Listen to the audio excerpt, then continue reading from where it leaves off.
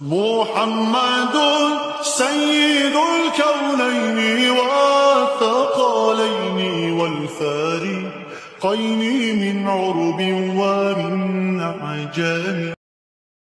حضور اکرم صلی اللہ تعالیٰ علیہ وسلم ایک مرتبہ مدینہ طیبہ سے گزر رہے تھے، ایک قافلہ تھا۔ طارق المحاربی نام کے ایک راوی ہیں، انہوں نے پوری ایک لمبی حدیث روایت کی ہے۔ کہتے ہیں کہ ہم لمبے سفر سے آئے تھے، ہمارا قافلہ تھا، ہمارے قافلے میں ایک لال رنگ کا اونٹ بھی تھا، سرخ اونٹ جس کو کہتے ہیں، اور اس زمانے میں سرخ اونٹ کی بڑی قیمت ہوتی تھی، بہت مہنگا اونٹ ہوتا تھا۔ حضور پاک صلی اللہ تعالیٰ علیہ وسلم کا گزر وہاں سے ہو رہا تھا، آپ رک گئے، ان لوگوں سے خیر خیریت پوچھی، کہاں سے قافلہ آ رہا ہے، کہاں جا رہا ہے، اور پھر اس کے بعد اس اونٹ کو نبی پاک صلی اللہ علیہ وسلم نے دیکھا اور پسند فرمایا، اور ان سے کہا کیا تم یہ اونٹ مجھے بیچو گے؟ اس قافلے والوں نے کہا ہم بیچیں گے۔ قیمت کتنی ہے؟ ان لوگوں نے بتایا اتنی کھجوریں، یعنی ہم باغیچے کی اتنی کھجوریں لیں گے۔ انہوں نے ایک قیمت بتائی، حضور پاک صلی اللہ تعالیٰ علیہ وسلم اس پر راضی ہوئے، کہا کہ ٹھیک ہے، اتنی کھجوروں پر میں راضی ہوں، اونٹ میرے ہاتھ دے دو۔ ان لوگوں کا جو قافلے کا امیر تھا اس نے اونٹ اٹھایا اور حضور کے ہاتھ دے دیا۔ اس وقت رسول پاک صلی اللہ علیہ وسلم کے پاس نہ کھجوریں تھیں نہ کوئی سامان تھا، لیکن حضور اونٹ کی رسی اپنے ہاتھ میں لیے اور مدینے کی طرف چل پڑے۔ قیمت تو ادا نہیں ہے، ان لوگوں میں سے کسی نے پوچھا بھی نہیں۔ حضور صلی اللہ تعالیٰ علیہ وسلم اونٹ کی رسی پکڑ کر مدینے کی طرف چل پڑے، جبکہ یہ سرخ اونٹ بڑا قیمتی ہوتا تھا، انہیں احساس بھی نہیں تھا، اندازہ بھی نہیں تھا قیمت لینے کا۔ جب حضور آنکھوں سے اوجھل ہو گئے تو قافلے میں بات چیت شروع ہو گئی، کیا قیمت مل گئی؟ تو انہوں نے کہا نہیں، قیمت تو انہوں نے دیا نہیں ہے، طے تو ہوئی ہے، اتنے کھجوروں کی قیمت ہے اس اونٹ کے بدلے، لیکن انہوں نے دیا تو نہیں۔ سب ایک دوسرے کو کوسنے لگ گئے کہ ایک انجان آدمی کے ہاتھ میں اونٹ کیسے دے دیا، ہم انہیں جانتے نہیں، پہچانتے نہیں، ان کے ہاتھ میں ایک سرخ اونٹ کیسے دے دیا؟ وہ تو آنکھوں سے اوجھل ہو گئے، اب انہیں ڈھونڈے گا کون؟ یہ باتیں بڑھتی گئی، امیر قافلہ کو لوگ کوستے رہے کہ تو نے ایک بڑا نقصان کیا ہے۔ قافلے میں ایک خاتون تھی، ایک عورت تھی، اس عورت نے ہنگامے کو ٹھنڈا کیا اور کہا قریب آ کر لوگوں جھگڑو مت، اس لیے کہ میں نے اس چہرے کو دیکھا، وہ جھوٹا چہرہ نہیں ہو سکتا، ان کی باتوں کو میں نے سنا ہے، وہ شہد سے زیادہ میٹھی ہیں، ان کے بیٹھنے اور اٹھنے کے انداز کو میں نے دیکھا ہے، وہ دنیا کا کوئی عظیم آدمی ہے، انتظار کیوں نہیں کرتے؟ یہاں تک کہ شام ہو گئی اور رات ہو گئی۔ رات کو قافلہ جہاں پڑاؤ کیا تھا سب اپنے اپنے خیموں میں موجود تھے۔ نبی پاک صلی اللہ تعالیٰ علیہ وسلم کے ایک صحابی یا دو صحابہ اپنے ہاتھوں میں کھانے کی بڑی بڑی طبق لے کر کے آئے اور اس قافلے والوں سے کہا فلاں بن فلاں کہاں ہے؟ لوگ باہر آئے، پوچھا کہ کون ہے؟ آئے ہوئے صحابہ نے کہا ہم محمد الرسول اللہ صلی اللہ علیہ وسلم کے غلام ہیں، ہم ان کی طرف سے آئے ہیں، دن میں ہمارے آقا نے آپ سے اونٹ خریدا تھا، اس کی قیمت کھجوریں پوری جتنی طے ہوئی تھی وہ ہم لے کر کے آئے ہیں مدینے سے۔ وہ کھجوریں پوری لا کر کے دیا اور کہا رسول پاک صلی اللہ تعالیٰ علیہ وسلم نے ساتھ میں ہمیں تمہارے پورے قافلے کے رات کے کھانے کا بھی انتظام فرمایا۔ قافلے والوں نے کھانا بھی لیا اور کھجوریں جو قیمت میں تھی وہ بھی لیا۔ یہ عرب میں اس طرح کا پہلا واقعہ تھا، ورنہ جو نظروں سے اوجھل ہو گیا وہ ہمیشہ کے لیے ختم ہو گیا۔ حضور پاک صلی اللہ تعالیٰ علیہ وسلم نے ان کے دلوں میں ایسے اخلاق بٹھائے کہ وہ مدینے میں ڈھونڈتے پھرتے تھے کہ وہ محمد ہیں کہاں، رسول پاک صلی اللہ تعالیٰ علیہ وسلم ہیں کہاں۔ پھر وہ دائرہ اسلام میں بھی آئے کئی لوگ، یہی وہ لین دین کے معاملات تھے جس میں میرے آقا صلی اللہ تعالیٰ علیہ وسلم تجارت کو پوری دنیا کے سامنے بتا کر ایسے اصول بتائے، سود سے پاک کیا جو قافلے کی ایک بڑی لعنت تھی، بلکہ معاشرے کی ایک بڑی لعنت تھی۔ حضور پاک صلی اللہ علیہ وسلم نے فرمایا سود کو میں نے اپنے پیروں سے روند دیا، ختم فرما دیا۔ سود میں ہوتا کیا ہے آپ کو پتہ ہے، جس کو آپ بیاج کہیں، بڈی کہیں یا جو بھی نام دے دیں، لیکن بڑھا کر کے لینا، کسی کو قرض دینا اور اس سے بدلے میں بڑھا کر کے لینا۔ 100 روپیہ قرض دیا، 110 روپے لیا، 120 روپے لیا، بلکہ 101 روپے بھی لیا، تو یہ سود ہو گیا۔ جس کو قرض دیا اور بدلے میں بڑھا کر کے لیا، صرف پیسے میں نہیں، کسی بھی چیز میں وہ بڑھا کر کے لینا، یہ سود کہلاتا ہے، اور یہ اسلام میں بہت عظیم گناہ اس کو بیان کیا گیا۔ کیوں؟ وجہ کیا ہے؟ اس میں بندوں کا حق مارا جاتا ہے۔ ایک بندہ قرض میں ڈوبتا چلا جاتا ہے اور دوسرا امیر ہوتا چلا جاتا ہے۔ یہ نظام آج دنیا کے یہودیوں نے قائم رکھا ہے، پوری دنیا کو کریڈٹ پر چلاتے ہیں، زبردستی تمہیں کریڈٹ کارڈ پکڑائیں گے۔ کیوں؟ سود بھرتے رہو، تم اپنے حلال کمائی کی قیمت، اپنے پسینے کی قیمت ان کو سود میں چکاتے رہو، بھرتے رہو۔ لوگوں کو احساس بھی نہیں ہوتا، یہ دنیا اس عظیم لعنت میں تمہیں لے کر کے جا رہی ہے۔ میرے آقا صلی اللہ تعالی علیہ وسلم نے ارشاد فرمایا، جس نے سود کا ایک لقمہ کھایا اس کا گناہ اتنا بڑا ہے کہ جیسے کہ اس نے خانہ کعبہ کے سامنے اپنی ماں سے زنا کیا، اتنا بڑا اس کا گناہ ہے۔ بلکہ ایک حدیث میں 73 درجے گناہ کے ہیں، سود کھانے والے کے گناہ 73 درجے کے ہیں، 73۔ اس میں سے پہلا درجہ یہ ہے کہ وہ ماں کے ساتھ بدکاری کیا ہو۔ عزیزان گرامی وقار، اس کو اتنا سخت کیوں بیان کیا گیا؟ بندوں کے حقوق مارے نہ جائیں، بندوں کے حق تلف نہ ہو۔ امانت کے ساتھ جو معاملات ہوتے تھے، آپ دیکھیں وہی چیز آج ہمارے معاشرے سے ختم ہونے لگ گئی ہے۔ آج تمہیں لون لینے کی ضرورت کیوں پیش آنے لگی؟ آج قرض جہاں پر بھی جائیں گے تمہیں بیاج کے ساتھ لینے کی ضرورت کیوں پیش آ رہی؟ اس کی وجہ یہی ہے کہ آپس میں اعتماد اور بھروسہ ختم ہو گیا۔ قرض حسن کون دینے والا ہے آج ایک مسلمان اٹھے اور دوسرے کے پاس جائے اور کہے کہ مجھے 5 لاکھ کی ضرورت ہے، اللہ ماشاء اللہ، کون ہوگا؟ قریب سے قریب ترین دوست بھی منہ پھیر لیتا ہے۔ اس کی وجہ صرف ایک طرفہ نہیں ہے، 2 طرفہ ہے۔ قرض لینے والا اور قرض دینے والا دونوں کے درمیان اعتماد کا رشتہ نہیں ہے۔ کچھ لوگ قرض لیتے ہیں لیکن وہ دینا نہیں چاہتے، یہ بھی بندوں کے حقوق کی پامالی ہے۔ ان کو کیوں دیا جائے قرض؟ لوگ ڈرتے اسی لیے کہ 5 لاکھ دوں کہ 1 لاکھ دوں، یہ تو دینے کا نام ہی نہیں لیتا۔ اور کچھ لوگوں کی لت پڑ جاتی عادت، اس سے بھی مانگا اس سے بھی مانگا، اور قرض میں ڈوبتے چلے گئے۔ وہ ایسے بھکاری بن جاتے ہیں کہ ان کے لیے دروازے بند ہو جاتے ہیں۔ حدیث پاک سنو، رسول کریم صلی اللہ علیہ وسلم ارشاد فرماتے ہیں، جس نے قرض لیتے وقت یہ سوچا کہ دیکھا جائے گا ادا کرنے کی اس کی نیت نہیں تھی، حضور صلی اللہ تعالی علیہ وسلم فرماتے ہیں اس پر اللہ تعالیٰ زمین کو اور تنگ کر دیتا ہے، اس کے لیے دروازے تنگ ہو جاتے ہیں۔ اور فرماتے ہیں کہ جس نے قرض لیا اور دینے کی نیت تھی اور یہ سوچا کہ میری ناک زمین پر رگڑ جائے لیکن میں اس کا حق دوں گا، حضور فرماتے ہیں اللہ اس کے لیے روز دروازہ کھولتا ہے، اس کے لیے اسباب پیدا کرتا ہے۔ یہاں لینے والے کی دل میں خیال ہی نہیں رہ گیا کہ سامنے والے سے میں نے رقم لیا ہے، بے چینی شروع ہو جانی چاہیے، ہمیں بے قراری شروع ہو جانی چاہیے۔ کسی کا قرض لیا ہے تو نیند اڑ جائے کہ نہیں میرے بھائی کا قرض ہے مجھے واپس دینا ہے۔ لیکن یہاں معاملات ایسے نہیں رہ گئے، جس کی وجہ سے آج دنیا نے تمہیں سود کا عادی بنا دیا۔ اب کون دیتا ہے قرض حسن؟ قرض حسن کا مطلب کیا ہے؟ 1 لاکھ روپے میں آپ کو دیا اور بدلے میں آپ نے بھی 1 ہی لاکھ روپے لوٹایا، یہ قرض حسن اچھا قرض ہے۔ پہلے یہ ہوا کرتا تھا آپس میں مومنوں کے درمیان قرض، لیکن جب لوگوں کے معاملات خراب ہو گئے تو کون دینا چاہتا ہے اور لینے والا بھی آج کل لوٹانا نہیں چاہتا، تو یہ معاملات ختم ہونے لگ گئے۔ اور اس کی وجہ کیا بنی؟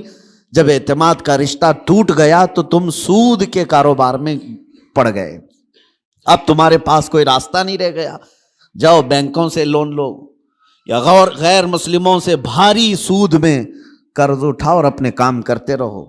یہ سب کی نوبت صرف اسی وجہ سے آئی کہ آپس کے رشتے خراب ہیں، یہ معاملات خراب ہیں، ایک دوسرے کے ساتھ محبت کا رشتہ نہیں ہے۔ عزیزان گرامی وقار، یہ کام صرف ہم نے اپنے ہاتھوں تباہ کیا ہے، اپنے ہاتھوں برباد کیا ہے۔ آپ کو اندازہ ہو، ایک صحابی حضور صلی اللہ تعالیٰ علیہ وسلم کے پیچھے نماز پڑھتے تھے، اور صبح فجر کی نماز میں بہت جلدی بھاگ کر چلے جاتے تھے، سلام پھیرتے ہی نکل جاتے۔ ایک دن ان کو صحابہ اکرام نے روک لیا کہ آپ حضور کے پیچھے نماز پڑھتے ہیں اور رکتے نہیں ہیں۔ اللہ کے رسول صلی اللہ تعالیٰ علیہ وسلم سے ان کی شکایت بھی کی۔ حضور صلی اللہ علیہ وسلم نے ان سے پوچھا کیا بات ہے، فجر کی نماز میں اتنی جلدی بھاگ جاتے ہو؟ اس صحابی نے جواب میں کیا عرض کیا، کہا یا رسول اللہ صلی اللہ علیہ وسلم، میرا گھر اور ایک یہودی کا گھر دونوں متصل ہے، لگے ہوئے ہیں، اور اس یہودی کے گھر کے آنگن میں ایک کھجور کا درخت ہے جس کی شاخیں میرے گھر کے آنگن میں بھی آتی ہیں، اور صبح صبح پکی کھجوریں میرے آنگن میں گر جاتی ہیں۔ میں اس لیے بھاگ کر جاتا ہوں کہیں میرے بچے جلدی اٹھ کر کے وہ کوئی کھجور کھا نہ لیں۔ میں وہ کھجوریں جمع کرتا ہوں اور اپنے پڑوسی کو اس کی امانت لوٹا دیتا ہوں۔ روز میرا یہ کام ہے، مجھے ڈر لگا رہتا ہے کہ کہیں میرے بچے وہ ناجائز کھجوریں نہ کھا لیں، پڑوسی کی کھجوریں جو ہمارے آنگن میں گری ہیں۔ یہ صحابہ کے اخلاق تھے۔ وہ یہودی تھا پڑوسی، اس کی ایک کھجور کھانا بھی انہیں گوارا نہیں تھا۔ کیا ہم نے بچوں کی یہ تربیت کی ہے؟ دوسرے کا مال نہیں اٹھانا چاہیے۔ یہاں تو بازار میں جا کر بھاؤ تاؤ پوچھتے ہوئے نہ جانے کتنے انگور کھا جاتے ہیں لوگ، پھل پوچھتے پوچھتے کتنے تو چیک کرنے میں کھا جاتے ہیں، جبکہ یہ بھی جائز نہیں، بغیر اس کی اجازت کے، بغیر اس کی اجازت کے تمہارے لیے جائز نہیں ہے۔ اس صحابی کی یہ بات سن کر نبی پاک صلی اللہ تعالی علیہ وسلم نے ارشاد فرمایا، کوئی ہے ہم میں سے، میرے صحابہ میں سے، جو اس یہودی کا درخت خرید کر کے میرے اس صحابی کو دے دے تاکہ یہ سکون سے نماز پڑھ سکے۔ سوچو میرے عزیز ہو، اس وقت رسول پاک صلی اللہ تعالی علیہ وسلم نے جب یہ ارشاد فرمایا تو صحابہ نے کہا کہ یا رسول اللہ، ہم اس یہودی کو بلاتے ہیں، کیا وہ بیچنے کو راضی ہے؟ اس پڑوسی کو بلائے جس کی کھجوریں یہ روز امانت کے ساتھ جمع کر کے اس کو دیتے تھے۔ وہ آیا، حضور صلی اللہ علیہ وسلم نے پہلے اس سے کہا کہ تو یہ اپنا درخت میرے اس صحابی کو دے دے۔ کہا کہ ایسے تو نہیں دے سکتا۔ کہا بدلے میں تو جنت کی کھجوروں کے درخت لے لے۔ اس نے کہا مجھے اس چیز پر یقین نہیں ہے، اگر بیچنا ہے تو میں قیمت میں بیچوں گا۔ جب حضور نے یہ جنت کی بات کی تو صحابہ جو بیٹھے تھے اس میں سے ایک صحابی حضرت ابو الدحداء وہ کھڑے ہوئے، کہا یا رسول اللہ صلی اللہ علیہ وسلم، اس ایک درخت کے بارے میں آپ نے فرمایا ہے کہ جنت کے درخت ملیں گے، کیا یہ میں اگر خرید لوں تو مجھے بھی ملیں گے؟ میں اگر خرید کر کے اس صحابی کو دے دوں؟ حضور صلی اللہ تعالی علیہ وسلم نے ابو الدحداء سے کہا اگر تم خرید کر کے دیتے ہو تو اللہ تجھے بھی بہترین باغیچہ عطا کرے گا۔ وہ حضرت ابو الدحداء اس یہودی کا ہاتھ پکڑ کر کے باہر لاتے ہیں، چلو ہم ڈیل کرتے ہیں، ایک درخت میرے بھائی کو تجھے دینا ہے، بدلے میں بتا کیا لینا چاہتا ہے، کیا لینا چاہتا ہے؟ وہ مانتا نہیں تھا۔ حضرت ابو الدحداء کون صحابی ہیں میں آپ کو بتا دوں، اوالی مدینہ، مدینہ کا ایک علاقہ جہاں آج بھی اوالی اس کو کہتے ہیں، مسجد قباء کے قریب، وہاں کی کھجوریں دنیا کی سب سے بہترین کھجوریں مانی جاتی۔ اوالی مدینہ دنیا کی سب سے بہترین کھجوریں، مدینے میں بھی اوالی مدینہ کی کھجوریں سب سے اعلیٰ، اور اوالی مدینہ میں سب سے حسین و جمیل کسی کا باغیچہ تھا تو حضرت ابو الدحداء کا تھا۔ بہترین گھر بھی تھا اس باغیچے کے اندر، اور بہترین خوبصورت باغیچہ جس میں نہر بھی تھی۔ حضرت ابو الدحداء نے کہا کہ اس یہودی سے تو مجھے جانتا ہے؟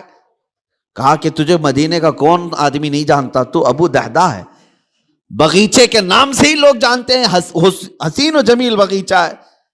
حضرت ابو الدحداء نے کہا کیا تو اس بات پر راضی ہے کہ میں وہ پورا باغیچہ اس ایک درخت کے حوالے دیتا ہوں، چاہتا ہوں یہ ایک درخت تو دے دے میرے اس بھائی کو، میں باغیچہ پورا دے دوں۔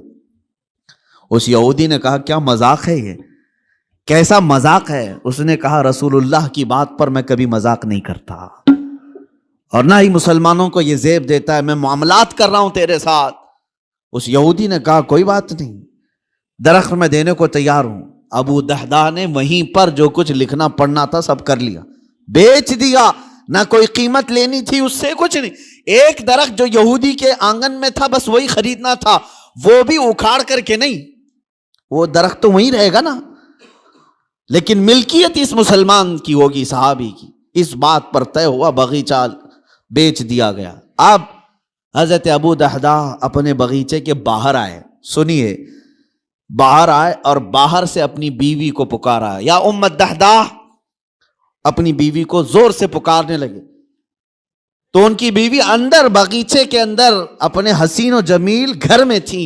وہاں سے آواز سن کر کے کہتی ہیں کیا بات ہے کہ تم اندر نہیں آتے، باغیچے کے باہر سے مجھے آواز دے رہے ہو؟ ابو دحداح نے کہا میں نے باغیچہ بیچ دیا، تو بھی باہر آ جا. عورتیں تو عورتیں ہوتی ہیں، لیکن وہ کمال کی عورتیں تھیں. وہ باہر نکلی اپنے گھر سے اور کہتی ہیں ابو دحداح مجھے تمہاری عقل پر پوری زندگی سے زیادہ یقین ہے، یقیناً سودا کیا ہوگا تو بہترین سودا کیا ہوگا، ایسے تو تم اتنا حسین باغیچہ بیچ نہیں سکتے، اگر بیچا ہوگا سودا کیا ہوگا تو بہترین سودا کیا ہوگا. وہ گھر سے اسی وقت نکل آئی. ابو دحداح گھر باغیچے میں بھی نہیں گئے، گھر میں بھی نہیں گئے. یہودی سے کہا آج سے تیرا ہے یہ باغیچہ. وہ باہر آئی، خاتون پوچھا کتنے میں تم نے یہ باغیچہ بیچا ہے؟ تو حضرت ابو دحداح نے ہنس کر کے کہا میں نے یہ رسول اللہ کے ہاتھ میں بیچا ہے، جنت کے ایک باغیچے کے حوالے. اللہ تبارک و تعالیٰ کے رسول جسے وعدہ کریں وہ جھوٹا نہیں ہوتا. ام دحداح نے ہنس کر کے کہا مجھے میری جان سے زیادہ تمہاری عقل پر یقین تھا، یقیناً تم نے جو سودا کیا وہ دنیا کا سب سے عظیم سودا ہے. چلو یہ نہیں ماتم کیا کہ کیسے بیچ دیا، کس کو کس کی باتوں میں آ کر کے کیا کر دیا. وہ خاتون بھی صحابیہ تھی، رسول پاک صلی اللہ علیہ وسلم پر ایمان رکھتی. تو باہر آئے یہ دونوں لوگ. اب سنیے، وہ یہودی جو ہے رات کو اپنی بیوی کے پاس آتا ہے اور ہنستا ہے. مسلمانوں سے بڑا بیوقوف میں نے کسی کو دیکھا نہیں. انہوں نے میرے آنگن میں موجود ایک درخت کے بدلے مدینے کا ایک حسین و جمیل باغیچہ میرے ہاتھ میں دے دیا. لیکن یہ بھی تو دیکھو کہ درخت تو وہ ہمارا ہی رہے گا، وہ ہمارے آنگن میں ہے، درخت کو کون اکھاڑے گا، کون نکالے گا؟ وہ اپنی بیوی سے رات بھر ہنسی مذاق کرتا رہا کہ مسلمانوں کو میں نے بیوقوف بنا دیا. اور وہ صحابی جو صبح نماز سے فوراً بھاگ کر اپنے گھر آتے تھے کھجوریں چننے کے لیے، آج وہ مسجد نبوی میں حضور کے پیچھے نماز پڑھ رہے ہیں، سکون و اطمینان کے ساتھ نماز پڑھتے رہے. اور اس کے بعد نماز ہو گئی تو حضور صلی اللہ تعالیٰ علیہ وسلم نے صحابہ سے کہا کہ چلو اس صحابی کے ساتھ چلتے ہیں وہ درخت دیکھنے کے لیے، اس لیے کہ کسی کا گمان ہے کہ اس نے مسلمانوں کو بیوقوف بنا دیا. حضور پاک صلی اللہ تعالیٰ علیہ وسلم صحابہ کے ساتھ آئے اور اس صحابی کے گھر کے پاس جو یہودی کے آنگن میں درخت تھا، صحابہ فرماتے ہیں جب ہم قریب پہنچ کر کے دیکھے تو وہ درخت خود اکھڑ کر کے اس صحابی کے آنگن میں آ چکا تھا. خود ان کے آنگن میں وہ درخت موجود تھا. عزیزان گرامی وقار، یہ لمبی حدیث ہے، اس میں مجھے جو عرض کرنا تھا وہ یہی تھا کہ اس صحابی کے عمل کو دیکھو کہ وہ ایک مشت کھجوریں بھی اپنے بچوں کو ناجائز طریقے سے کھانے نہیں دینا چاہتے. ہمارے معاملات جب خراب ہو گیا تو لوگوں کا اعتماد اور بھروسہ بھی نکلنے لگ گیا. یہاں لوٹ کھسوٹ ایسی کچھ چیزوں کی میں نشاندہی کرتا ہوں کہ اللہ کا عذاب کس قوم پر آیا تھا. ایک بہت بڑی قوم، حضرت شعیب علیہ السلام کی قوم.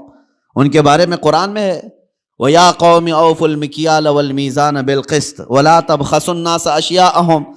حضرت شعیب علیہ السلام اپنی قوم کو بار بار ڈراتے تھے کہ ماپ تول میں کمی مت کرنا، ناپ تول میں کمی مت کرنا، برابر انصاف کے ساتھ لوگوں کو غلہ دیا کرو. وہ لوگ کیا کرتے تھے جس کو ڈنڈی مارنا کہتے ہیں، یعنی کلو کے کانٹے میں جو ہے فرق کر دینا اور کہیں سے کچھ نہ کچھ سیٹنگ کر کے مال تھوڑا سا سامنے والے کو کم جائے. اس گناہ میں مبتلا تھی وہ قوم، اور اس کو اللہ کے نبی حضرت شعیب علیہ السلام اس قوم کو ڈراتے رہے یہ زمین میں فساد ہے، اس چیز سے باز آؤ. وہ باز نہیں آتے تھے. جانتے ہو ناپ تول میں کمی کرنے کی وجہ سے اللہ کا بھیانک عذاب ان پر آیا، بہت سخت ترین عذاب آیا. قوم شعیب ہمیشہ کے لیے ہلاک کر دی گئی. اس کو قوم سمود بھی کہتے ہیں.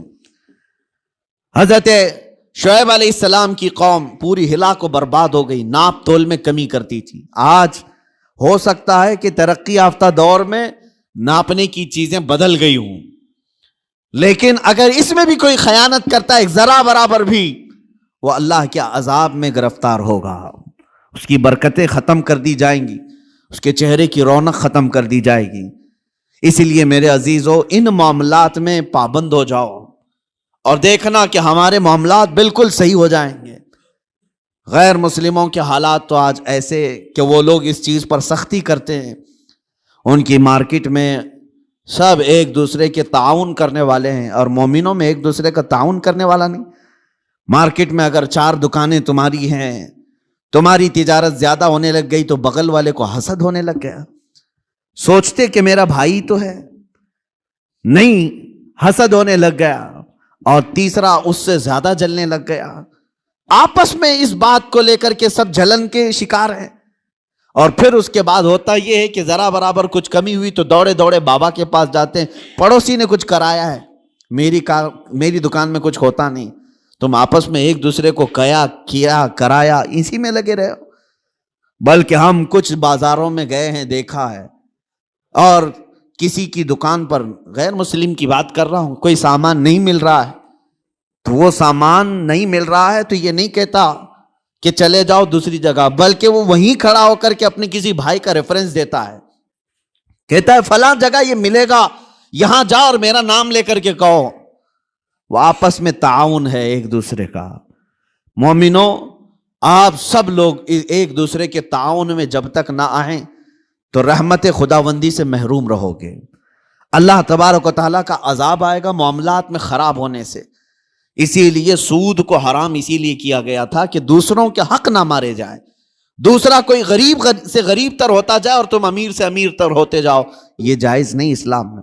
یہاں تک کہ غلہ جمع کر کے رکھنا اور وقت آنے کا انتظار کرنا، یہ بھی حرام ہے، حرام ہے۔ چاول کو ذخیرہ کر لیا، احتکار اس کو کہتے ہیں، اس کو جمع کر کے رکھ لیا اور سوچتا رہا کہ مارکیٹ میں چاول جب کم ہوگا تو میں اپنا غلہ باہر نکالوں گا، اور اس وقت جو 100 روپے کلو کا چاول ہوگا میں 500 روپے کا بیچوں گا۔ یہ احتکار سخت ترین حرام ہے۔ کچھ لوگ ذخیرہ اندوزی کرتے ہیں، پیاز کو، آلو کو، چاول کو، گیہوں کو، یہ جو روز مرہ کی ضروریات ہیں اس کو جمع کر کے کئی گوڈاؤن میں سیف کر دیا، اور اس کے بعد مارکیٹ پر نظر رکھتے رہتے، مارکیٹ میں جب یہ چیزیں کم ہوں گی ہم اپنا غلہ باہر نکالیں گے۔ اسلام میں یہ جائز نہیں۔ بندوں کے حقوق مارنا یہ معاملات کی خرابی ہے، احتکار جائز نہیں ہے۔ اسی طرح میرے عزیزو، چند باتیں جو ہمارے ساتھ ہو رہی ہیں، جھوٹ بولنا۔ حضور پاک صلی اللہ تعالیٰ علیہ وسلم کے پاس ایک صحابی آئے، انہوں نے کہا یا رسول اللہ صلی اللہ علیہ وسلم، میں گھر بنانے کا کام کرتا ہوں، جس کو آپ مستری کہتے ہیں، معمار، میرا کیا ہوگا قیامت کے دن؟ حضور صلی اللہ علیہ وسلم نے فرمایا تو ابراہیم علیہ السلام کے ساتھ اٹھایا جائے گا۔ ایک صحابی آئے، انہوں نے کہا میں کپڑے سلتا ہوں، درزی ہوں، میرا کیا ہوگا؟ نبی پاک صلی اللہ تعالیٰ علیہ وسلم نے فرمایا تو حضرت ادریس علیہ السلام کے ساتھ اٹھایا جائے گا۔ ایک صحابی آئے، انہوں نے کہا کہ میں لوہے کا کام کرتا ہوں، حضور نے فرمایا تو حضرت داؤد علیہ السلام کے ساتھ اٹھایا جائے گا۔ جس کا جو پیشہ تھا اور جو نبی کا پیشہ تھا، حضور نے ان کے ساتھ اٹھائے جانے کی بشارت دی۔ ایک صحابی نے کہا کہ یا رسول اللہ صلی اللہ علیہ وسلم، میں تجارت کرتا ہوں، میرا کیا ہوگا؟ حضور پاک صلی اللہ تعالیٰ علیہ وسلم فرماتے ہیں اگر تو 2 چیزوں کی پابندی کرتا ہے، جھوٹی قسم نہیں کھاتا اور جھوٹ نہیں بولتا، تو قیامت کے دن میرے ساتھ اٹھایا جائے گا۔ تجارت میں یہ 2 چیزیں لوگ آج یہی زیادہ کرتے ہیں، جھوٹ بولنا اور جھوٹی قسم کھانا، اور سامنے والے کے کم عقل ہونے کو دیکھ کر کے اس کا استعمال کر لینا۔ لوگ اس انتظار میں رہتے ہیں کہ ایسا گاہک آئے، ایسا گراہک آئے جس کو معلومات کم ہو تو اسے جلدی ٹوپی پہنا دیا جائے، جس کو خرید و فروخت کا تجربہ نہ ہو اس کو جیسے تیسے بیچ کر کے ختم کر دیا جائے۔ لوگ تو ایسے گراہک کے انتظار میں رہتے ہیں۔ امام اعظم ابو حنیفہ رضی اللہ تعالیٰ عنہ، ہمارے امام سراج الامہ، یہ خود تاجر تھے۔ ایک بار بیٹھے ہوئے تھے اپنی دکان میں، ایک عورت کپڑا لے کر کے آئی۔ وہ کپڑا اچھے قسم کا کپڑا تھا، اور وہ عورت جو بیچنے آئی تھی اس کی قیمت وہ کم بول رہی تھی۔ امام اعظم کے پاس وہ آئی اور لے کر کے اس نے کہا کہ یہ کپڑا مجھے بیچنا ہے۔ حضرت امام اعظم نے پوچھا کتنے کا بیچ رہی ہو؟ اس نے کہا 10 درہم۔ تو آپ ہنسنے لگے کیونکہ آپ ماہر تھے کپڑوں کی تجارت کے۔ آپ نے کہا یہ کپڑا اتنی قیمت کا نہیں ہے۔ تو اس نے کہا مجھے ضرورت ہے، اتنی پیسے دے دو۔ امام اعظم نے کہا نہیں، میں یہ نہیں کہہ رہا کہ یہ زیادہ ہے، بلکہ تو قیمت کم لگا رہی ہے، کپڑا زیادہ قیمت کا ہے۔ تو اس عورت نے کہا اچھا قیمت کم میں نے لگائی ہے تو میں بڑھا کے بولتی ہوں، آپ بڑھا کر کے دے دیجئے، 50 درہم میں لے لیجئے۔ سیدھے بڑھا دیا۔ امام اعظم نے کہا نہیں، ابھی کم بول رہی ہے تو قیمت اس کی، اس کپڑے کی۔ اس نے کہا 100 درہم۔ امام اعظم نے کہا کپڑا اس سے بھی زیادہ کا ہے، یہ کپڑا اس سے بھی زیادہ قیمت کا ہے۔ اس خاتون نے 3 بار قیمت بڑھائی۔ تو امام اعظم ابو حنیفہ نے فرمایا جا تیرے گھر میں کوئی ذمہ دار مرد ہو تو اسے بھی لے کے آ۔ یہ تجارت کے معاملات، یہ نہیں کہ کوئی بھولا بھالا آیا ہے تو اسے ٹوپی پہنا کے بھیج دیا جائے۔ 10 درہم میں خرید لیتے، وہ کپڑا تو 400 درہم کا تھا۔ کہا کہ جا تیرے گھر میں کوئی ذمہ دار مرد ہے تو اسے لے کر کے آ۔ وہ خاتون گئی، اپنے مرد کو لائی۔ امام اعظم ابو حنیفہ رحمۃ اللہ تعالی علیہ نے اس کپڑے کو 400 درہم میں خریدا۔ کہا کہ پھر بھی میں نفع میں ہوں۔ فرماتے ہیں کہ میں جو بیچوں گا اس پر مجھے نفع آئے گا، لیکن میں یہ نہیں چاہتا تھا کہ سامنے والے کو اس کپڑے کی قیمت کا اندازہ نہیں تو میں اس کو پوری طرح سے ڈبا دوں۔ یہ رسول پاک صلی اللہ تعالیٰ علیہ وسلم کے اخلاق کریمانہ جو امام اعظم ابو حنیفہ نے بھی اپنی زندگی میں دکھایا ہے۔ اور ایک بات، ایک عورت اور آئی۔ عورتوں کو کچھ معاملات میں بہت معلوم ہے اور کچھ معاملات میں کچھ نہیں معلوم ہے۔ وہ کبھی کبھار مارکیٹ میں صرف اسی لیے جاتی ہیں کہ گراتی رہیں یا اٹھاتی رہیں۔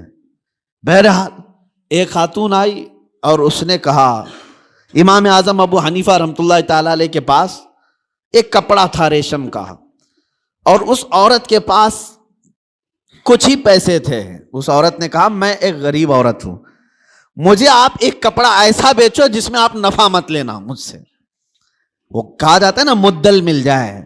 یہاں تو سب ہر کوئی یہی دعویٰ کرتا ہے جتنے کا پڑا ہے اتنے کا بیچ رہا ہوں آپ کو، پھر دکان کیوں کھول کے بیٹھا ہے؟ ہر کوئی یہی کہتا ہے کہ مجھے جتنے کا پڑا ہے اتنے میں دے رہا ہوں آپ کو۔ امام اعظم ابو حنیفہ رحمۃ اللہ تعالی علیہ کے پاس عورت آئی، کہا ایک کپڑا مجھے دیجئے، اس پر آپ نفع مجھ سے مت کمائیے، باقی سب سے نفع تو لیتے ہی۔ تو امام اعظم نے کپڑا اٹھایا اور کہا لے لے اس چیز کو۔ تھان تھی، کہا کتنے؟ کہا 4 درہم۔ اس عورت نے کہا مجھ بڑھیا کا مذاق مت اڑائیے، وہ کپڑا جو ہے قیمتی تھا۔ امام اعظم ابو حنیفہ فرمانے 4 درہم؟ کہا میں سچ بول رہا ہوں، 4 درہم میں لے لے۔ وہ خاتون کہتی ہے ایسا کیسے ہو سکتا ہے اتنے کم قیمت کا؟ امام اعظم ابو حنیفہ رحمۃ اللہ علیہ فرماتے ہیں میں نے اس کے ساتھ ایک اور کپڑا خریدا تھا، یعنی جب میں اس کپڑے کو دکان میں لایا تھا 2 تھان تھے میرے پاس، اور ایک تھان بیچ کر کے میں نے پورا نفع لے لیا۔ اب یہ کپڑا صرف مجھے 4 درہم کا پڑتا ہے، تھا وہ 100 درہم کا۔ لیکن امام اعظم ابو حنیفہ فرماتے میں نے دوسرے والے اس کے ساتھ لائے ہوئے کپڑے میں اپنا نفع اور خرید و فروخت جتنے میں ہوئی تھی سب میں نے وصول کر لیا ایک کپڑے میں۔ اب ایک کپڑا مجھے صرف 4 درہم کا پڑتا ہے، تو چاہے تو لے لے۔ 4 درہم میں اس عورت کو کپڑا دے دیا۔ کون کرتا ہے آج کے معاملات؟ کون کرتا ہے؟ یہاں غریبوں کا خون چوس لیا جاتا ہے، ان کے معاملات کو ختم کر دیا جاتا ہے۔ عزیزان گرامی وقار، جب تک یہ احساس تمہارا بیدار رہے کہ مجھے اگر دھوکہ اگر میں دوں گا تو اللہ شاہد ہے، اللہ دیکھ رہا ہے، ہر چیز وہ تمہاری قیامت کے دن لائے گا۔ فَمَن يَعْمَلْ مِثْقَالَ ذَرَّةٍ خَيْرًا يَرَهُ وَمَن يَعْمَلْ مِثْقَالَ ذَرَّةٍ شَرًّا يَرَهُ۔ تم میں جو رائی کے دانے کے برابر نیکی کرے گا اللہ اسے بھی دکھائے گا، اور رائی کے دانے کے برابر جو برائی کرے گا اللہ وہ بھی تمہیں دکھائے گا۔ اس لیے معاملات میں پکے ہو جاؤ، لوگوں کو ٹھگنا، لوگوں کو بیوقوف بنانا، لوگوں کو اللہ رب العزت کی مصلحت اور اس کی حکمت بالغہ کو دیکھے۔ اللہ کریم نے اپنے آخری رسول کے لیے جو زمین منتخب فرمائی وہ افریقہ کی سرزمین نہیں تھی، نہ ہی کوئی ہند کی سرزمین، نہ یورپ کی سرزمین، بلکہ عرب کی سرزمین کو منتخب کیا گیا۔ اس لیے مجھے زمین کا جغرافیہ بتانا ضروری ہے کہ یہ لوکیشن کے اعتبار سے بیچوں بیچ میں آباد ہے، پوری دنیا کا سینٹر کہلاتا ہے، اس لیے کہ یہاں سے روشنی نکلے تو پوری دنیا میں پھیلے۔ یہاں سے نکلا ہوا ابر ہر زمین پر بارش بن کر کے برسے گا، اور برسا بھی اللہ کریم نے مکہ مکرمہ کی سرزمین کو منتخب فرمایا. طبیعتیں کیسی تھی, اکھڑ مزاج لوگ تھے, ان کے درمیان میرے آقا کو پیدا کیا اللہ نے. اور رسول کریم صلی اللہ تعالیٰ علیہ وسلم جس دن پیدا ہوئے, یہ بی بی آمنہ کا گھر تھا, اور رسول کریم صلی اللہ تعالیٰ علیہ وسلم یتیمی کی حالت میں پیدا ہوئے ہیں, باپ نہیں ہیں, ماں پرورش کرتی رہی. عربوں کے رواج کے اعتبار سے دادا کی شفقت بہت زیادہ تھی اپنے پوتے پر, کیونکہ بیٹے عبداللہ بہت محبوب نظر تھے, بڑے پیارے تھے, لیکن جب جوانی میں انتقال کر گئے تو حضرت عبد المطلب کو اس کا بڑا صدمہ تھا کہ میرا سب سے محبوب بیٹا عبداللہ مدینے میں انتقال کر گیا. تو اپنی بہو حضرت آمنہ اپنے پوتے حضور اکرم صلی اللہ تعالیٰ علیہ وسلم کی پرورش میں جی جان لگا دیا. اتنا لگا دیا, آپ کو پتا ہے میرے آقا صلی اللہ تعالیٰ علیہ وسلم کا نام پاک آج کروڑوں مسلمانوں کی آنکھوں کا تارا ہے. حضور کا نام جیسے ہی ہم محمد نام لیتے ہیں, ہم انگوٹھوں کو چوم کر کے آنکھوں سے لگاتے ہیں. یہ نام پاک عام نام نہیں ہے. اس نام پاک کو بزرگان دین تو ایسے تھے کہ حضرت محمود غزنوی کا نام سنا ہے, ان کے خاص وزیر تھے ایاز. ایاز کے بیٹے کا نام تھا محمد. محمود جو ہے سلطان محمود اپنے وزیر کے بیٹے محمد کو بہت پیار کرتے تھے. ایک دن جو ہے آپ ایاز کے بیٹے کو محمد کہہ کر نہیں بلا رہے ہیں, بلکہ کہتے اے ابن ایاز, اے ایاز کے بیٹے ادھر آ جا. ایاز نے سن لیا, کہا آج سلطان غضبناک ہوں گے, میرے بیٹے کا نام لے کر کے نہیں پکارا, باپ کے نام سے پکارا ہے. بعد میں حاضر ہو کر پوچھا سلطان میرے بیٹے سے کوئی خطا ہوئی, آپ خفا تو نہیں ہے؟ اس کے نام سے نہ پکارتے ہوئے اس کو ابن ایاز کہہ کر پکارا. سلطان محمود نے کہا ایاز ایسی بات نہیں, خفا نہیں, بلکہ میں وضو کی حالت میں نہیں تھا, اس لیے تیرے بیٹے کا نام محمد ہے, میں بغیر وضو کے کبھی اس کا نام بھی نہیں پکارتا. اور علامہ عبد الرحمن جامی فرماتے ہیں ہزار بار بشویم دہن ز مشک و گلاب ہنوز نامے تو گفتن کمال بے ادبیس. یا رسول اللہ ہزار بار میں اپنے منہ کو گلاب کے پانی سے, مشک و عنبر کے پانی سے دھو لوں, اس کے بعد بھی آپ کا نام پکارنا میں بے ادبی سمجھتا ہوں. یہ علامہ عبد الرحمن جامی. میں بات کیوں کہہ رہا ہوں حضور کے نام کی؟ یہ محمد نام کسی اور نے نہیں, حضرت عبد المطلب نے رکھا تھا. آپ کے دادا, آپ کے جد امجد جیسی حضور کی پیدائش ہوئی تھی, گھر دوڑے دوڑے آئے تھے بی بی آمنہ کے, اور فوراً اٹھا کر کے گودی میں لے لیا اور خانہ کعبہ کے پاس آئے, اور خانہ کعبہ کے سامنے ہاتھ پھیلاتے ہوئے اللہ کی بارگاہ میں عرض کرنے لگے اللہم ھذا ابنی سمیتہ محمدا, اے اللہ دیکھ یہ میرا بیٹا ہے اور میں نے اس کا نام محمد رکھا ہے. عرب کے بہت سارے لوگ وہاں موجود تھے, یہ نیا نام تھا ان کے لیے. عرب میں جو نام رکھے جاتے ہیں وہ باپ داداؤں کے نام پر چلتے ہیں, وہاں پر نئے نام نہیں رکھتے, خاندانوں کے اپنے خود پرسنل نام چلتے رہتے ہیں, پرٹیکولر نام ہوتے ہیں, وہی نام رکھے جاتے ہیں. حضرت عبد المطلب نے نیا نام رکھا تھا, تو عرب کے بہت سارے قبیلے آئے اور پوچھا یا عبد المطلب لما سمیتک ابنک ھذا محمدا, اے عبد المطلب آپ نے لما سمیت ھذا محمدا, کیوں آپ نے اس کا نام محمد رکھا ہے؟ تو حضرت عبد المطلب مسکرائے اور کہا تمہیں پتا ہے محمد کا نام کا مطلب کیا ہے, محمد کے میننگ کیا ہے؟ کہا محمد کہتے کسے ہیں؟ محمد اس کو کہتے ہیں جس کی سارے لوگ تعریف کریں, سب سے زیادہ جس کی تعریف کی جائے اس کو محمد کہا جاتا ہے. حضرت عبد المطلب نے کہا میں نے اپنے اس بیٹے کا نام محمد اس لیے رکھا ہے کہ جب بھی کوئی نام لے تو نہ چاہتے ہوئے بھی میرے بیٹے کی تعریف ہو ہی جائے. آج میرے آقا کی شان میں کسی کو گستاخی کرنا بھی ہو, میرے آقا کا نام محمد لیتا ہے تو پہلے حضور کی تعریف کر ہی رہتا ہے, وہ کر کے ہی رہتا ہے. عزیزان گرامی وقار, حضور اکرم صلی اللہ تعالیٰ علیہ وسلم کو حضرت عبد المطلب نے بڑی شفقت دی.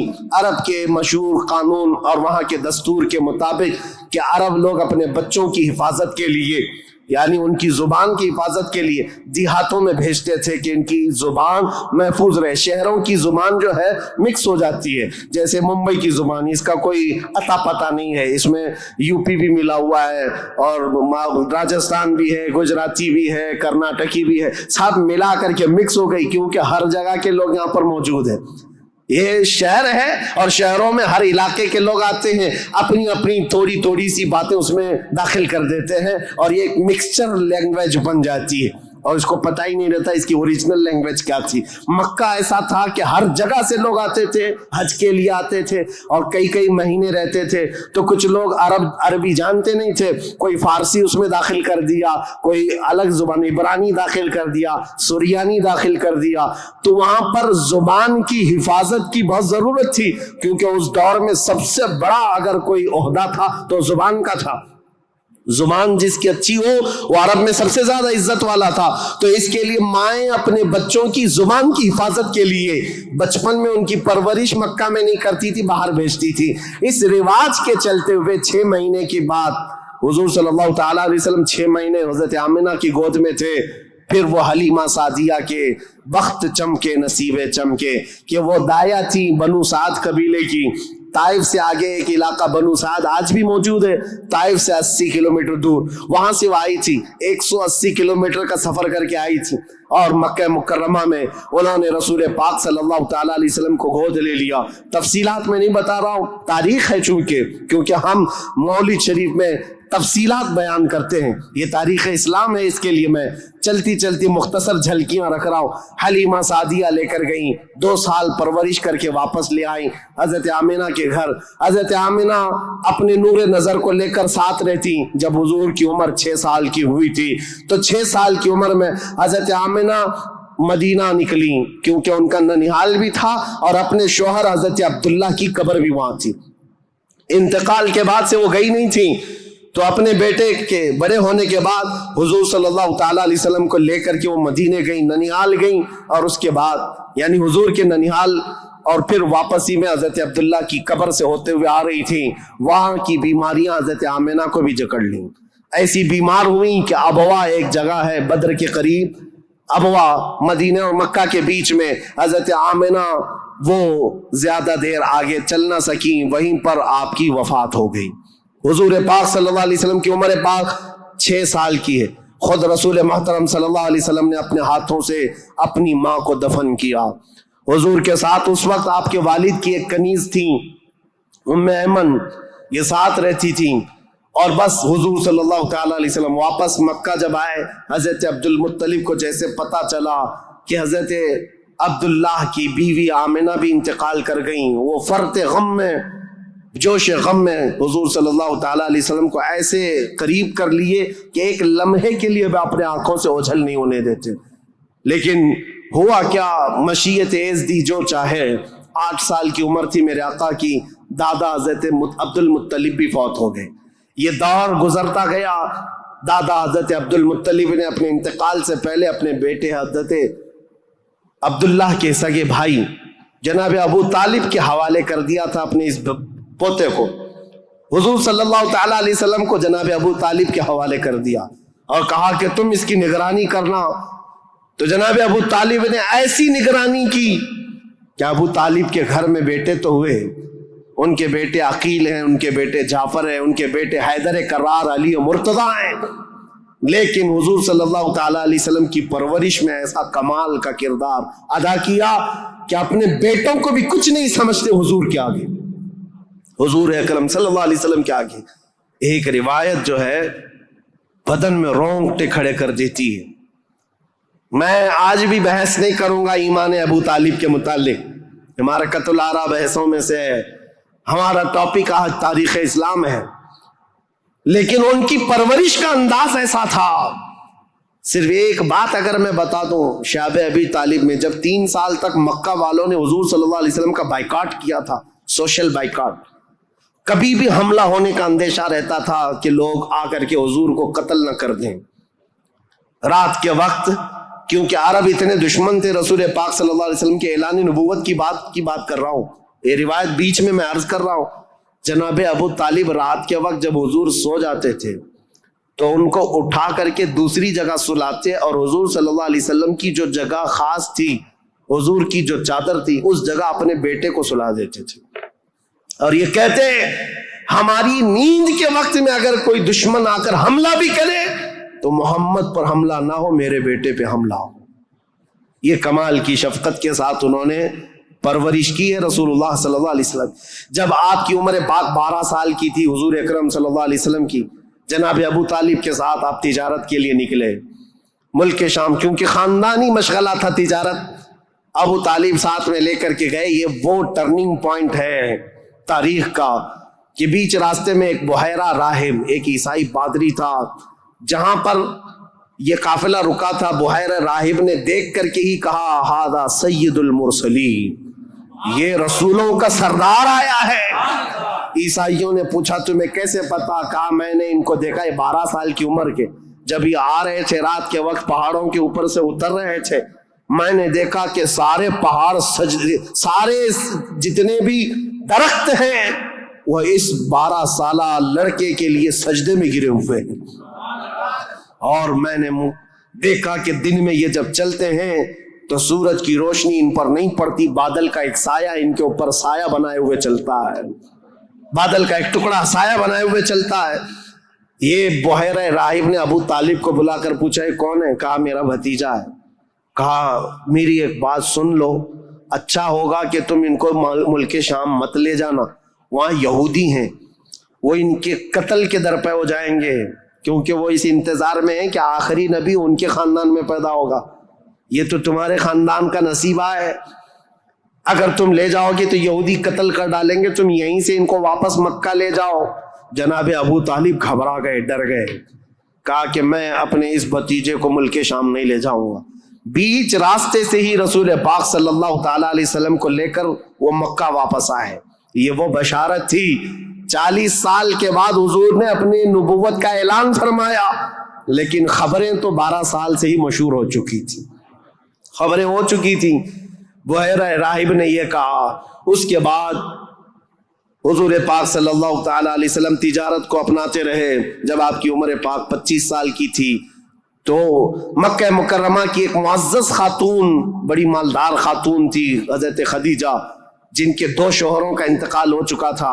اب وہ کسی سے شادی کرنے کے موڈ میں کبھی نہیں تھی، لیکن وہ بڑی مالدار تھیں. انہوں نے اپنا مال تجارت کسی کو دے کر کے انویسٹ کروا کر کے تجارت کرواتی تھیں. جب ان کو پتا چلا محمد صلی اللہ علیہ وسلم بڑے امانت دار ہیں، بڑے ہی دیانت دار ہیں، تو اپنا مال ان کو دیا اور کہا کہ تم تجارت کرو اور نفع کما کر کے لے آؤ.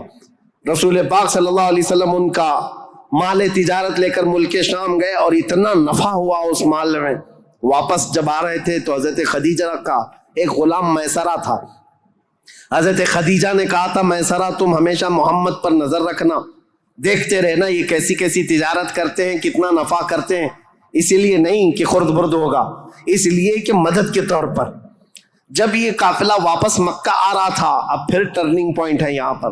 حضرت خدیجہ اپنے گھر کے بالا خانے پر بیٹھ کر کے اپنا نفع شدہ قافلہ جو مکہ میں داخل ہو رہا ہے اس کو دیکھنے کے لیے بیٹھی ہوئی تھی. بڑا گھر تھا، بڑا محل تھا. جب وہ اوپر سے نظارہ کر رہی تھی، وہیں سے دیکھ کر کے وہ گرویدہ ہو گئی کہ اتنی دور سے دیکھ رہی تھی. قافلہ صاف نظر نہیں آ رہا تھا، لیکن چہرہ محمد سب سے زیادہ چمکتا ہوا نظر آ رہا ہے. حضرت خدیجہ کہتی ہے میں نے چاند کو بھی اتنا تیزی سے چمکتے نہیں دیکھا جس طرح ملک شام سے یہ لوٹتا ہوا قافلہ محمد کا چمکتا ہوا چہرہ لے کر آ رہا تھا. حضرت خدیجہ کہتی ہے عجیب حالت تھی، قافلہ تو تجارت کر کے آ رہا ہے، لیکن میں نے دیکھا اس قافلے کے اوپر جو دھوپ کا وقت ہے اس وقت آسمان کا ایک ٹکڑا، بادل کا ایک ٹکڑا سایہ بن کر کے چلتا ہوا آ رہا ہے. جس طرف محمد جا رہے اس طرف وہ ٹکڑا بھی چلتا جا رہا ہے. آگے پیچھے نہ جانے کون سی مخلوق چل رہی تھی. حضرت خدیجہ کا دل یہیں سے بے قرار ہوا. ملک شام سے تجارت کر کے واپس آنے کے بعد، جبکہ حضرت خدیجہ کی 2 شادیاں آلریڈی ہو چکی تھی، انتقال ہو چکے ان کے شوہروں کے، 40 سال کی عمر ہو چکی تھی، شادی کرنے کا کوئی خیال نہیں تھا. لیکن حضور پاک کے چہرے پاک کو دیکھنے کے بعد، ان کی خصوصیات دیکھنے کے بعد، نفع لیتے ہی آپ نے پیغام بھیج دیا محمد صلی اللہ تعالی علیہ وسلم سے. کہا کیا آپ مجھ سے نکاح کرنا چاہیں؟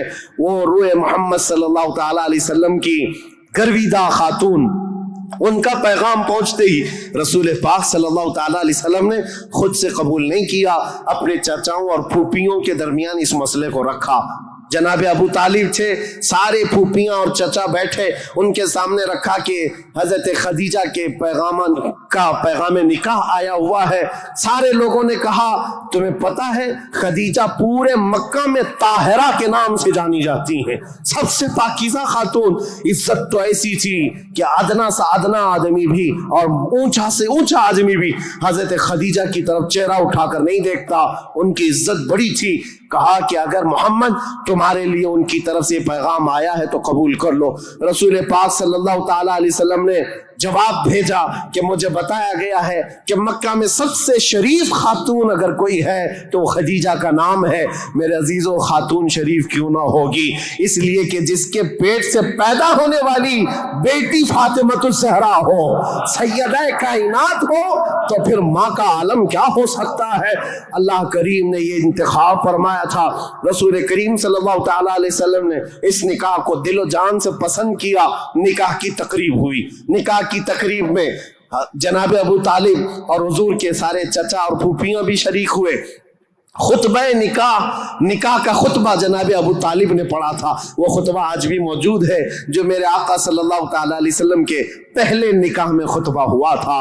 اس خطبے کے بعد نکاح مقرر ہونے کے بعد رسول کریم صلی اللہ تعالی علیہ وسلم کی یہ شریک حیات، یہ رفیق حیات، یہ محبوب رب العالمین سیدہ خدیجہ حضور کی ایسی وفا شعار خاتون بن کر کے رہی کہ اللہ کی قسم آج بھی پوری روئے زمین پر جو میرے آقا کی اولاد سادات کے نام سے جانی جاتی ہے وہ کہیں اور نہیں، وہ خدیجہ کی بیٹ سے پیدا ہونے والی اولاد ہے۔ حضرت خدیجہ کے بطن سے میرے آقا کی 6 اولاد ہوئیں، 3 بیٹے اور 3 بیٹیاں۔ رسول کریم صلی اللہ تعالی علیہ وسلم کی 6 اولاد کی ماں حضرت خدیجہ ہے۔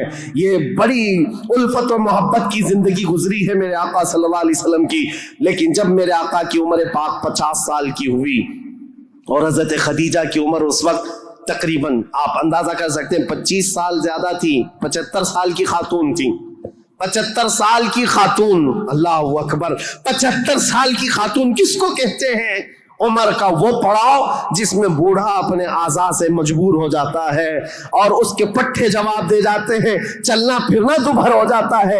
لیکن قسم خدا کی جب میں یہ روایت پڑھتا ہوں کہ جب رسول کریم صلی اللہ تعالی علیہ وسلم 3000 فٹ اونچی پہاڑی غار ہرا میں جا کر عبادت کرتے تھے، کبھی 2 دن تک نہیں آتے تھے، تو 75 سال کی یہ خاتون دن میں 2 مرتبہ پہاڑی پر جاتی تھی کھانا لے کر کے اور اترتی تھی۔ آج میں بتاؤں ہم جیسوں کی جوانی میں 1 مرتبہ پہاڑ پر چڑھ کر کے آ جائیں 8 دن تک پٹھے درد کرتے ہیں، پیر درد کرتے ہیں۔ میں سمجھ نہیں پاتا وہ خدیجۃ الکبریٰ کی وفا شعاری کو دن میں 2 مرتبہ اپنے نبی پاک اپنے رفیق حیات کے لیے اوپر جاتی تھی، نیچے آتی تھی۔ کبھی رسول اللہ پہاڑ سے اتر رہے ہوتے، حضرت خدیجہ گھر کے باہر آ کر کھڑی ہوتی، کڑی دھوپ ہوتی، سورج کی تمازت ہوتی، لوگ چلتے پھرتے کہتے خدیجہ اپنے شوہر کا انتظار کر رہی ہو؟ کہتی ہاں میرے شوہر پہاڑ سے اتر رہے ہیں، غار ہرا سے آ رہے ہیں۔ اس وقت لوگ کہتے خدیجہ اندر چھاؤں میں بیٹھو، انتظار کرو، ان کے آنے میں کافی وقت ہے۔ خدیجہ کہتی میرا دل گوارا نہیں کرتا میرا شوہر دھوپ میں اتر رہا ہو اور ان کی عورت چھاؤں میں بیٹھی رہے، جب تک وہ دھوپ میں اترتے رہیں گے میں دھوپ میں کھڑی رہوں گی۔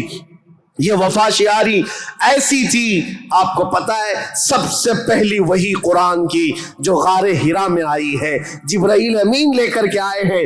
اسلام کی تاریخ میں اگر یہ نہ بتائیں تو ابتدا ہی نہ ہوگی، کیونکہ رسول اللہ صلی اللہ تعالیٰ علیہ وسلم جب 40 سال کی عمر میں تھے، غار ہرا میں جا کر عبادت کرتے، جبرائیل امین آئے قرآن کی آیتیں لے کر اور حضور سے کہا اقرا، حضور نے کہا ما انا بقاری، میں نہیں پڑھوں گا۔ وہ کہتے تھے پڑھو، حضور کہتے میں نہیں پڑھوں گا، سینے سے سینہ لگا کر دبوچتے تھے۔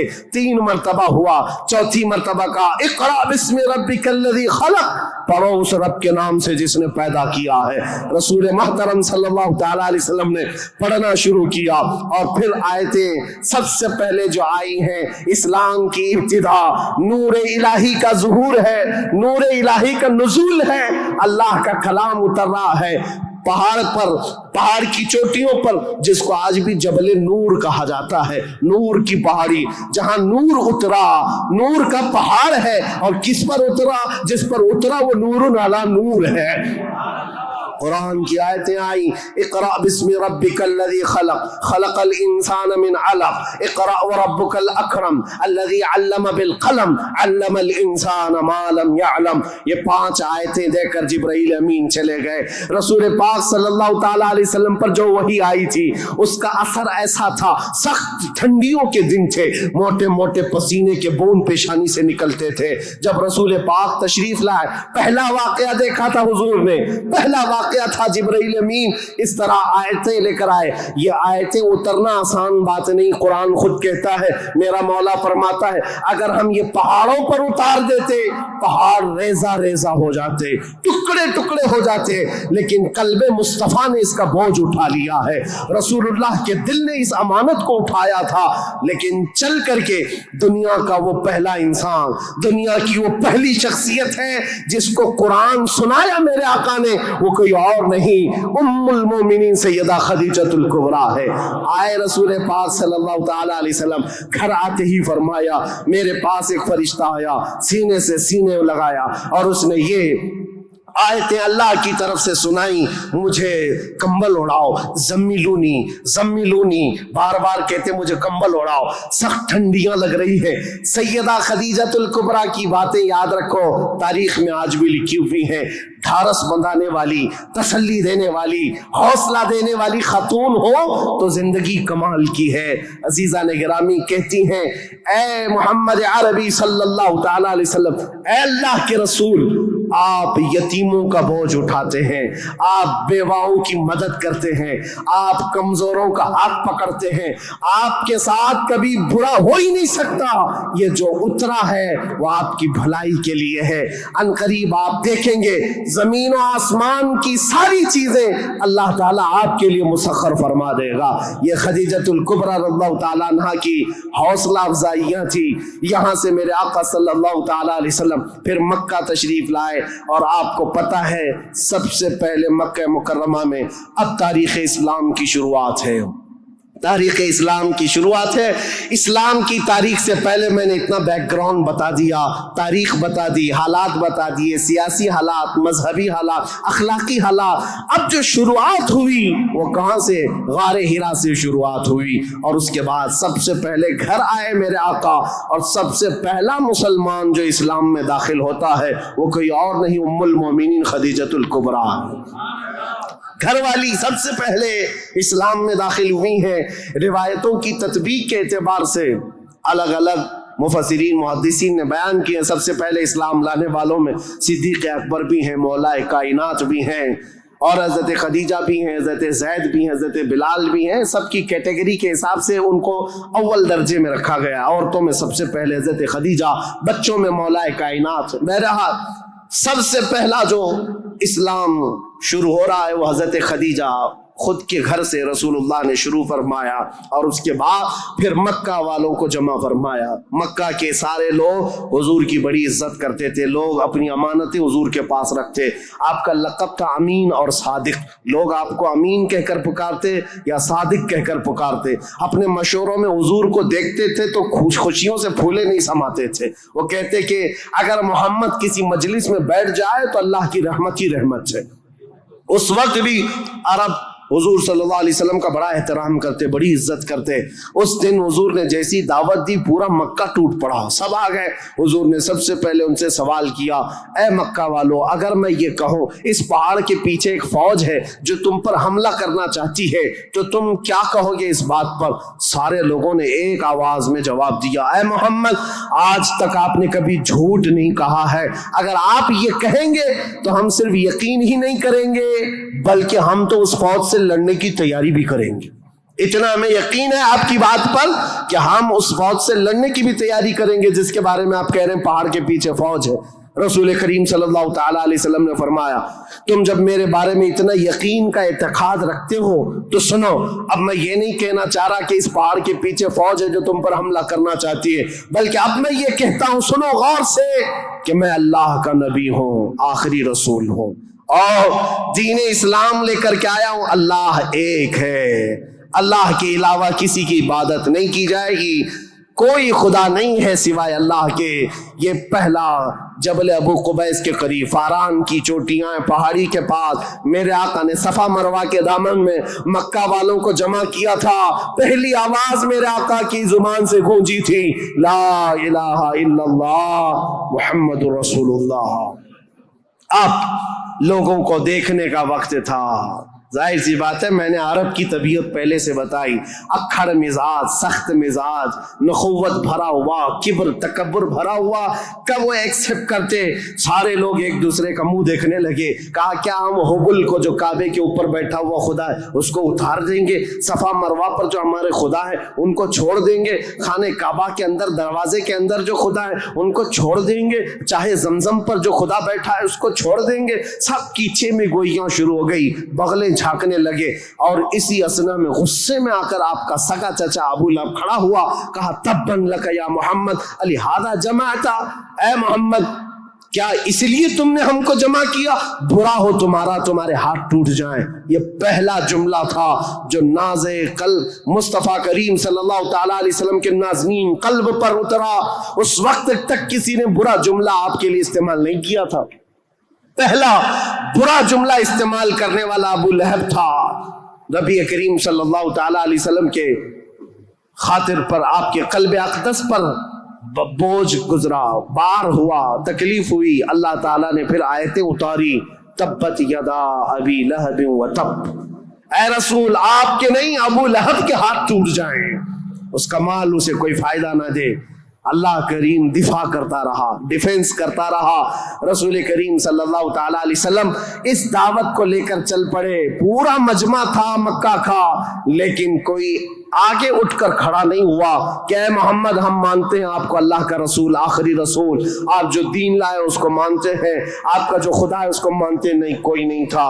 لیکن بات اتنی ہے، اس مجمع سے ابھی میرے آقا ہٹے نہیں تھے، 9 سال کا ایک بچہ حضور کے قریب آیا، پتلی پتلی ٹانگیں تھی، آنکھوں میں آشوب تھا، آنکھیں رس رہی تھیں، لال ہو چکی تھی، آیا اور قریب آ کر کہا اے محمد عربی صلی اللہ علیہ وسلم، میں آپ کو اللہ کا حقیقی رسول تسلیم کرتا ہوں، آپ کا دین میں ایکسپٹ کرتا ہوں، خدا واحد کی میں عبادت کرتا ہوں۔ حضور اکرم صلی اللہ علیہ وسلم نے اس 9 سال کے بچے کو سینے سے لگایا اور دعا کی، مولا اس بچے کی ٹانگوں میں، اس کے بازوؤں میں تو طاقت عطا فرما اور اس کو دین کا عظیم سپاہی بنا۔ میرے آقا کی یہ دعا تھی۔ 9 سال کا وہ کمزور بچہ جو سب سے پہلے حضور کی دعوت پر لبیک کہا تھا، آج پوری دنیا شرق و غرب، شمال و جنوب میں اس کو اگر پکارتی ہے تو اسد اللہ الغالب، شیر خدا حیدر کرار کے نام سے جانتی ہے۔ اس کی طاقت کو کون جانے، اس کی طاقت کے قریب کون پہنچے؟ لا فتح الا علی، لا سیف الا ذوالفقار۔ اس حیدر کرار کو جو طاقت و قوت تھی، جو خیبر شکن ہے، پھاٹک کو اکھاڑ کر پھینک دینے والا، مرہب کے لوہے والے لباس پر تلوار کی ایک ضرب لگا دے تو اس کے سر سے لے کر سینے تک ٹکڑے کر دینے والی تلوار رکھنے والا، یہ طاقت کہیں اور سے نہیں، یہ دعائے مصطفیٰ سے ملی ہوئی ہے۔